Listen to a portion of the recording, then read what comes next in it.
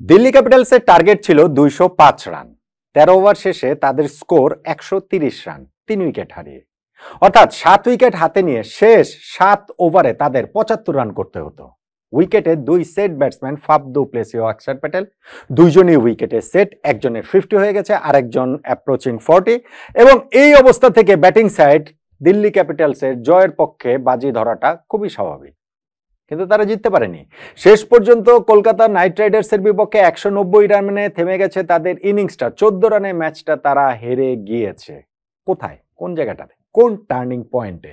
জয়টা কলকাতা নাইট রাইডার্সের জন্য ভীষণ গুরুত্বপূর্ণ, কেননা এর মাধ্যমেই তারা 10 নম্বর ম্যাচ শেষে 9 পয়েন্ট নিয়ে, বৃষ্টির কারণে একটা ম্যাচ তাদের পরিত্যক্ত হয়েছে, 9 পয়েন্ট নিয়ে তারা প্লে অফের রেসে দারুণভাবে চলে আসলো। আর 10 ম্যাচ শেষে 12 পয়েন্টেই থেকে গেল দিল্লি ক্যাপিটালস।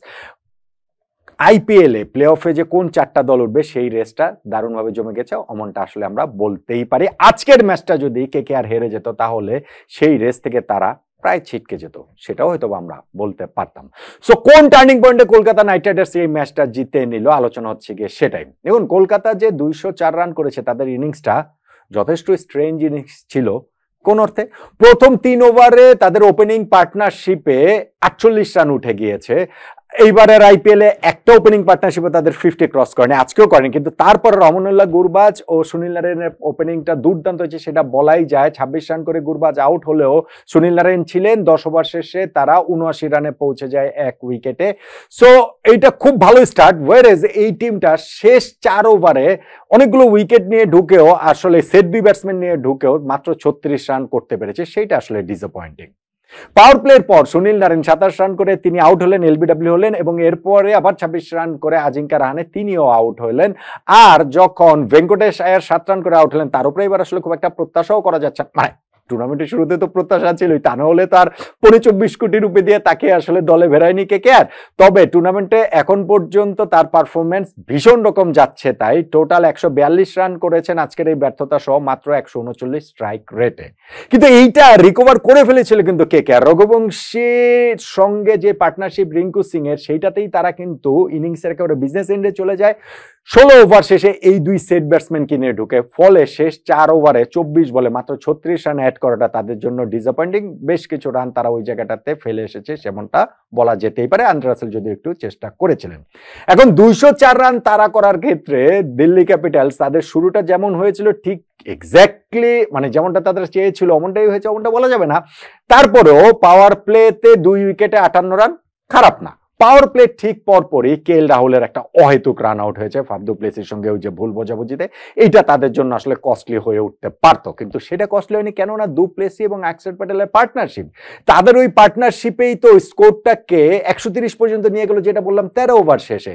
এবং তখন জয়ের জন্য অবশ্যই ফেভারিট এই দিল্লি ক্যাপিটালস। কিন্তু তখনই একটা ম্যাজিকটা হচ্ছে সুনীল নারায়ণ।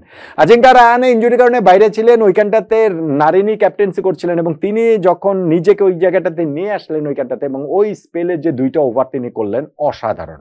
ইনফ্যাক্ট 14 নম্বর ওভারে ফার্স্ট বলটা তো অক্ষর প্যাটেল তাকে একটা ছক্কা মারলেন, কিন্তু ভেরি নেক্সট ডেলিভারিতে 43 রান করা অক্ষর প্যাটেলকে তিনি আউট করে দিলেন, এবং ওই ওভারে ট্রিস্টান স্টাফসের উইকেটটাও তিনি তুলে নিলেন। আর নেক্সট ওভারটাতে সুনীল নারায়ণ যখন তুলে নেন 62 রান করা ফাফ দু প্লেসির উইকেট, ম্যাচে জয়ের জন্য কিন্তু ফেভারিট হয়ে ওঠে এই কলকাতা নাইট রাইডার্স। এবং এই জায়গাটা থেকে আর দিল্লি ক্যাপিটালস রিকভার করতে পারেনি। শেষ দিকে গিয়ে তারা চেষ্টা করলো, সেটা যথেষ্ট ছিল না।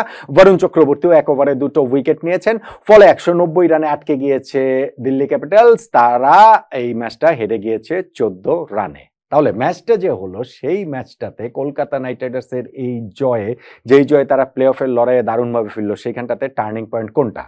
ম্যাচ যদি আপনি দেখে থাকেন, আপনার জন্য টার্নিং পয়েন্টটা বাছাই করা খুবই সহজ। আপনি আমার এই আলোচনাটাও যদি মানে আমি যেটা বললাম সেইটাকেও যদি ফলো করেন, তাহলেও টার্নিং পয়েন্ট আমি কোনটাকে বলবো আপনার বুঝতে পারার কথা। সুনীল নারায়ণের ওই লাস্ট 2টা ওভার ভাই, ওই যে তার লাস্ট 2 ওভারে যে স্পেলটা, 13 ওভার শেষে দিল্লি ক্যাপিটালসের রান 3 উইকেটে 130, শেষ 7 ওভারে 7 উইকেট হাতে নিয়ে 75 রান প্রয়োজন। ওই সময় সুনীল নারিন 2 ওভারে যখন 3টা উইকেট তুলে নেন, দুইজন সেট ব্যাটসম্যান অক্ষর প্যাটেল এবং ফাফ দু প্লেস এবং আরেকজন ভয়ঙ্কর হয়ে ওঠার সামর্থ্য রাখা ব্যাটসম্যান ক্রিস্টেন স্টাফসের উইকেটটা তুলে নেন। এরপরে কলকাতা নাইট রাইডার্সের এই জয় আসলে টার্নিং পয়েন্ট, অন্য কোনো কিছু ভাবার সুযোগই নেই। সুনীল নারিনের ওই 2টা ওভারে টার্নিং পয়েন্ট। নিশ্চয়ই আপনি একমত হবেন।